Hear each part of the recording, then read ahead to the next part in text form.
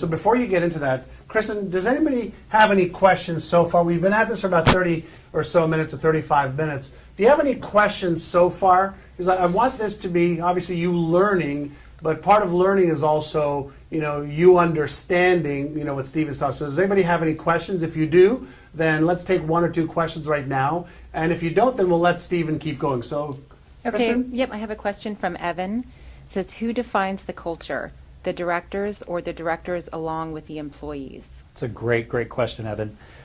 I'd love, how many employees does Evan have?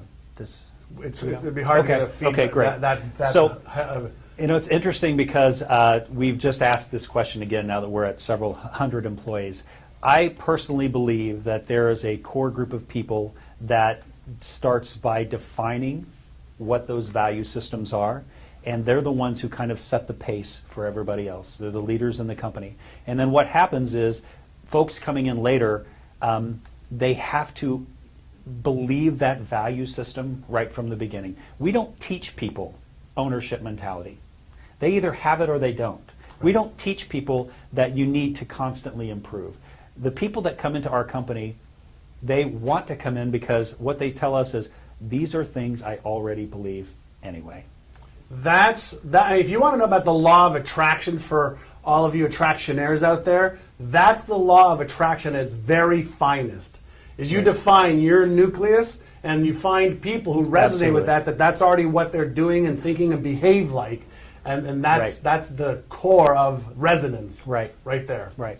Now, Evan, the second part of this is there's a value system, and then there's kind of a set of behaviors that help shape those value systems. And what we believe as a company, what's right for us, is we've established a value system that will not change and that we won't deviate from. But within those value systems, there are behaviors and there's changes in the marketplace. And with every new person coming in, what happens is they adhere to the value system, but then they're free to create their individuality amongst that. So what we look for is people who naturally believe the value system. And then out of that, what we have is we have a tremendous level of creativity within this value system. So we've provided the guardrails, and the amount of beautiful activity that happens within the guardrails it's exceptional. We do things that I've never even thought of. Our best ideas and how we even embrace our culture and how we reinforce that culture does not even come from me now. It comes from some of the employees that are talking closest to the customer. And everyone gets kind of their say kind of in what that is without the movement of the structure. Does that make sense? Yeah, God, totally. Yeah, okay. Hopefully that answers your question. Do we have another one? Yeah, we have another one from Richard. He says, what if I want to keep my company's personnel size small? I do not want to create a large corporate job for myself. The rules still stay. If it's, I imagine, let's say it's a 5-10 person company. Or three or four. Then find 3 or 4 people that absolutely resonate with your reason for being, with your own value system. And again, the number doesn't matter. It gets tougher to do with more people. But the idea is that you're true to your nucleus, you're true to your core, and that all 3, 4 people or 400, the number doesn't matter, are all moving in the same direction based on a value system that you can all get behind. Great, awesome. Thank you so much, Richard. Let's let you continue some of your core values and how you designed this and what's happening with the company. Sure.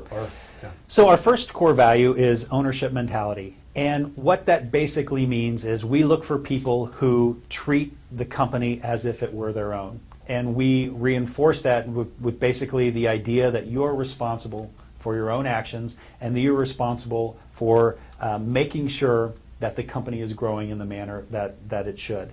And the way we reinforce that is that at any given point in the company, if someone sees something that's out of line or out of whack with our value system, they have the right as well as the obligation to speak up and say something.